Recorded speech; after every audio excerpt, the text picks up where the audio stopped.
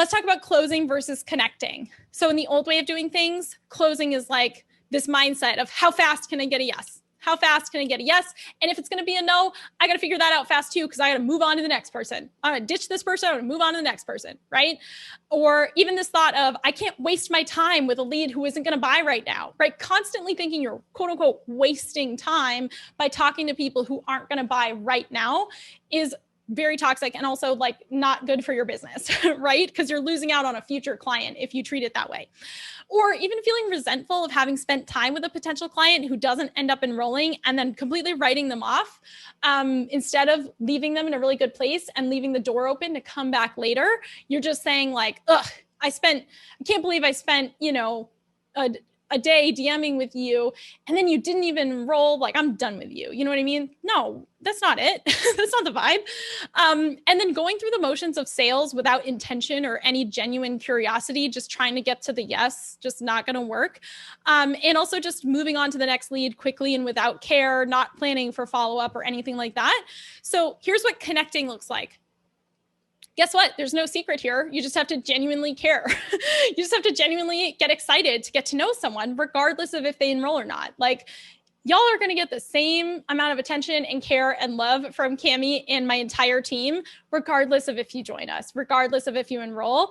That's our whole thing, right? And it's a genuine excitement. You can't fake it. It has to be real that you're genuinely excited to connect with people, regardless of the end result.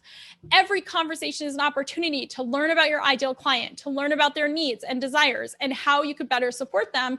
Regardless of if they enroll or not, you're still going to learn a lot, okay? The other thing about this is you get to practice your sales skills and your social selling. Even if the person doesn't enroll, it's still a joy to connect with people and learn about your audience. And this leaves an amazing impression so that when the time is right for someone to enroll or to buy or to make an investment, they come back to you because you were the one who gave them an amazing experience. You took the time, you had a conversation with them, and now they know that when they do want to invest, they're going to come back to you because you didn't just ditch them and drop them and like, meh, slam the door in their face, right? The virtual door. So this is what it looks like. Someone might not be ready to join your program, but you're still taking the time to voice memo with them. You're still taking the time to help them, right? And selling high end in the DMs is just all the same skills as coaching, which is what we're going to talk about next. So just remember that, right?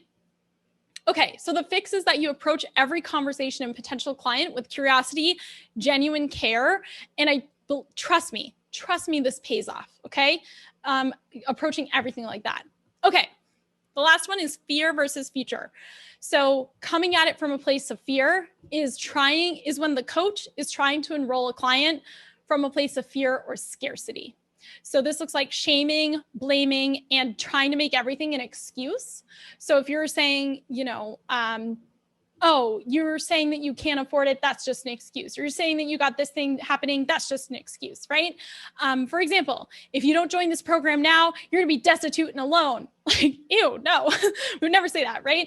Or you don't care about yourself or your family. If you did, you would enroll right now and take action. That's what successful people do, right? No.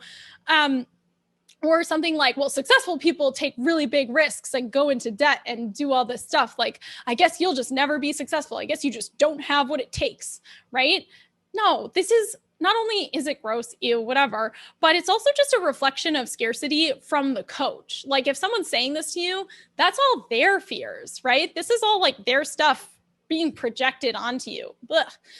So what does it look like to enroll someone from a place of like visioning into the future, right? The empowering enrollment experience is all about like, hey, are you excited to do this, right?